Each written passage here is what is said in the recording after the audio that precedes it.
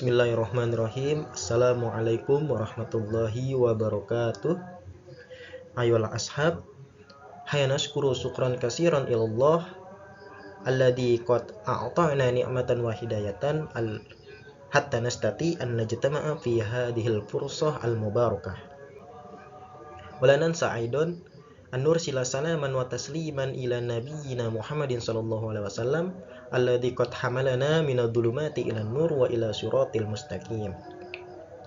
Saniyan uridu an a'rifa nafsi ismi Haikal Anwari wa jalastu fi kulliyatit tarbiyah lughatul arabiyyah bi faslil ba wa ana min firqah at-tasi' salisan al-mukarram wal muhtaram fid dars dasar-dasar kependidikan al-ustazah Dr. Helna Nelis MPD mata'anallahu fi tuli hayatiha. Fi hadil fursah sa'asrah lakum bilughatil indonesi tahsinan li wa tafhiman lakum tahtal maudu permasalahan pokok pendidikan di Indonesia. Baiklah, kita lanjutkan. Baiklah, pada kesempatan ini saya akan mengidentifikasi permasalahan pendidikan di Indonesia dan akan memberikan jenis-jenis apa aja sih permasalahan pendidikan di Indonesia. Yang harus dipahami pengertiannya terlebih dahulu. Baiklah, saya akan jelaskan pengertian permasalahan pendidikan. Permasalahan pendidikan adalah perbedaan program-program pendidikan antara yang diharapkan dengan kenyataan yang terlaksana di lapangan menurut TAP MPR RI nomor 2 MPR /1993. Semakin besar atau lebar perbedaan yang dicita-citakan dengan yang ternyata ditemui di lapangan, maka yang terjadi adalah semakin besar, rumit atau kompleks permasalahan tersebut. Baiklah, di sini saya akan memberikan jenis-jenis permasalahan pendidikan. Saya lanjut. Yang pertama adalah pemerataan. Pelaksanaan pendidikan yang merata adalah pelaksanaan program pendidikan yang dapat menyediakan kesempatan yang seluas-luasnya bagi seluruh warga negara Indonesia untuk dapat memperoleh pendidikan.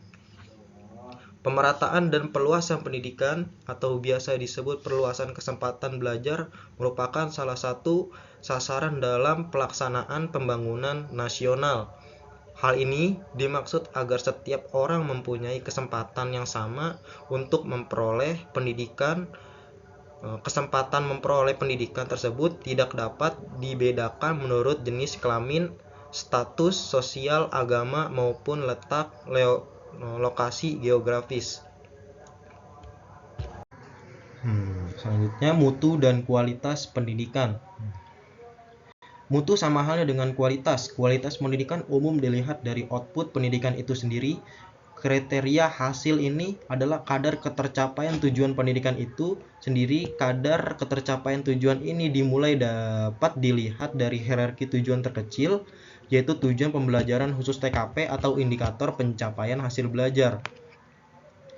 Jadi, pendidikan yang bermutu yaitu pelaksanaan pendidikan yang dapat menghasilkan tenaga profesional sesuai dengan kebutuhan negara dan bangsa pada saat ini.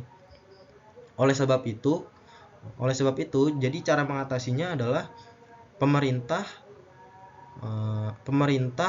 harus memberikan sebuah solusi dengan meningkatkan kemampuan guru-guru melalui training dengan menambahkan fasilitas, dengan menambahkan dana pendidikan, mencari sistem pembelajaran yang tepat guna, serta sistem evaluasi yang baik. Mungkin dengan tujuan dapat meningkatkan, jadi mungkin dengan itu dapat meningkatkan mutu pendidikan secara bertahap. Dengan cara tersebut, maka tujuan mutu pendidikan adalah, yang harus kita tahu adalah untuk memberikan jaminan kualitas pendidikan yang sesuai dengan tujuan pendidikan.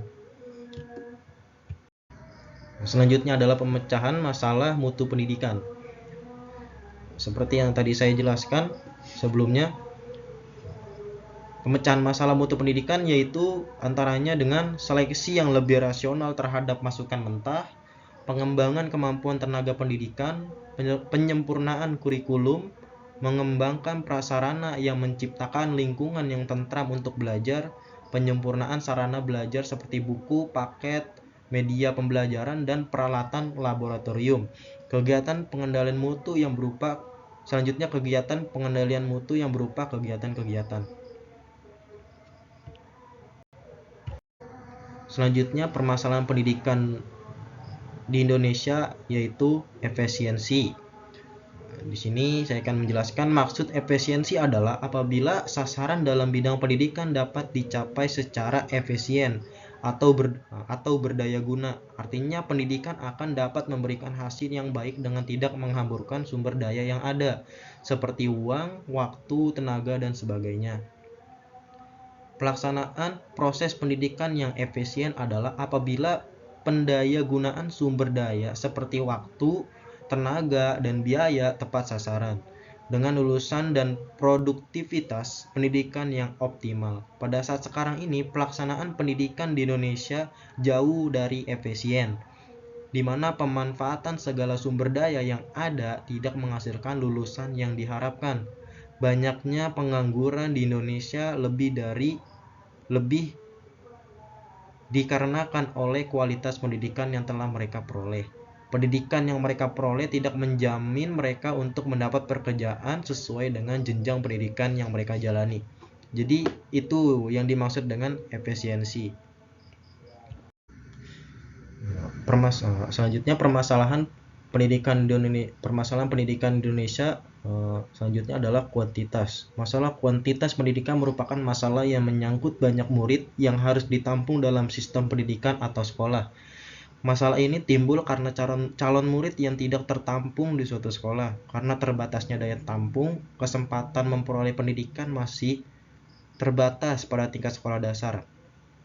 Pada permasalahan ini mencuat terutama di SD pada tahun-tahun lampau. Tapi saat ini masalah itu sudah bisa teratasi, apalagi dengan telah banyaknya didirikan SD swasta yang dengan kata lain dapat mengatasi permasalahan kuantitas pendidikan. Sisa permasalahan ini ada pada anak-anak yang tinggal di daerah terpencil.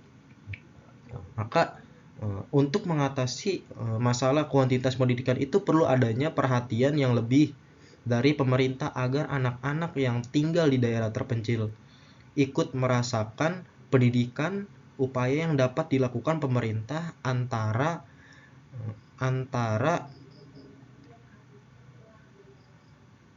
lain dengan membangun SD negeri di daerah-daerah yang masih minim kualitas pendidikannya. Dan tentunya sekolah yang dibangun juga dilengkapi sarana dan prasarana yang lengkap untuk menunjang progres belajar mengajar. Permasalahan pendidikan di Indonesia selanjutnya adalah relevansi. Pengertian relevansi pendidikan. Relevansi pendidikan merupakan kesesuaian antara pendidikan dengan perkembangan di masyarakat.